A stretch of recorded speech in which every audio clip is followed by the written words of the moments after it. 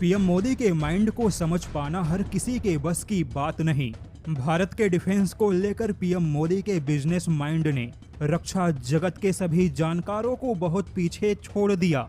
देश दुनिया के सैकड़ों रक्षा जानकार अपने अपने हिसाब से दावे कर रहे थे, लेकिन पीएम मोदी ने तो कुछ और ही योजना बना रखी है और पीएम मोदी के इस योजना को अभी तक अच्छे जानकार भी समझ नहीं सके। जैसा कि भारत के पास फिलहाल एक भी इंजन नहीं है, लेकिन आपको जानकर आश्चर्य होगा कि पीएम मोदी भारत को एक नहीं बल्कि दो इंजन दिलाने पर काम कर रहे हैं। लेकिन सवाल है कि भारत को यह दो इंजन कहां से मिलेगा।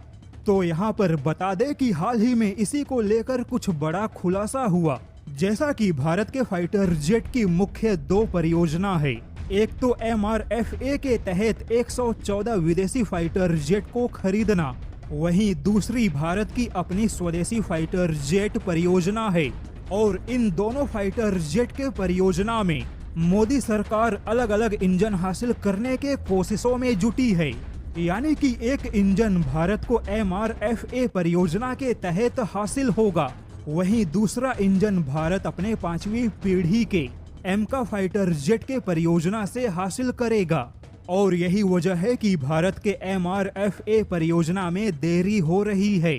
और जैसा कि फ्रांस ने भारत को MRFA परियोजना में अपने M88 इंजन का प्रस्ताव दिया, इसके अलावा फ्रांस भारत को एमका फाइटर जेट के लिए भी 110 किलो न्यूटन के इंजन का प्रस्ताव दे रहा है।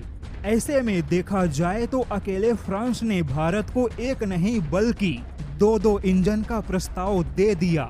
हालांकि अब भारत यहां पर अमेरिका और ब्रिटेन के आने का इंतजार कर रहा है।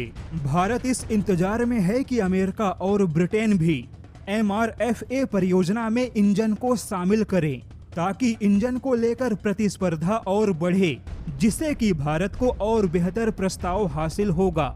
बता दें कि ब्रिटेन और अमेरिका ने भारत को नए इंजन का प्रस्ताव दिया है, लेकिन भारत के MRFA टेंडर में ब्रिटेन और अमेरिका के इंजन का प्रस्ताव शामिल नहीं है।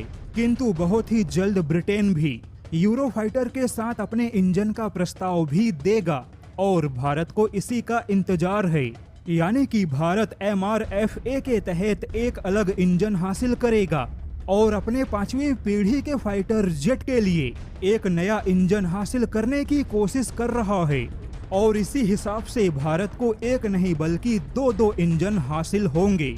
हालांकि इसमें थोड़ा वक्त लगेगा, लेकिन इंजन को लेकर भारत के भविष्य की सभी चिंताएं दूर होंगी और भारत के पास एक नहीं बल्कि दो बेहतर इंजनों का विकल्प भी होगा।